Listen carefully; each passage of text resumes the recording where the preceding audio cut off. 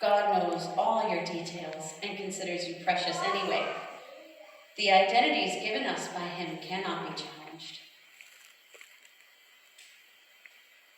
So all the wise men of Babylon will be destroyed. Daniel and his friends have a problem because they are wise men. They're going to be executed by the king's commander, Arioch. This is a stressful predicament. And it's really worth taking a close look at how Daniel handles it.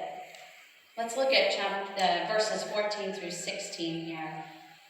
When Arioch, the commander of the king's guard, had gone out to put to death the wise men of Babylon, Daniel spoke to him with wisdom and tact.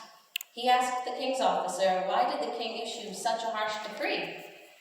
Arioch then explained the matter to Daniel. At this, Daniel went into the king and asked for time so that he might interpret the dream for him. That brings us to point 1. The first in our list of things Daniel knows is knowing when to be bold. I mean, this is pretty bold. He looked at his executioner in the eye and asked him why. He started to question him, and he went into the king himself to ask for more time. And I believe Daniel's boldness, and again, this is just me reading the scriptures, so please read it yourself and see if you agree.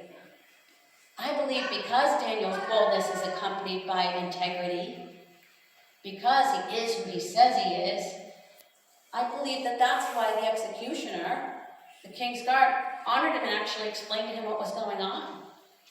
There had to be some level of respect there for that to happen, or the guy would have just chopped his head off right there. And then when Daniel goes into the king, mind you, we just read the king is ticked off.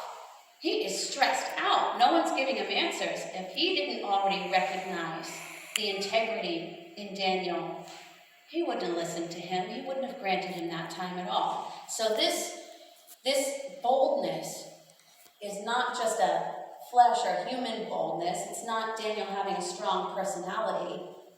This is a Holy Spirit, righteous boldness that God has given him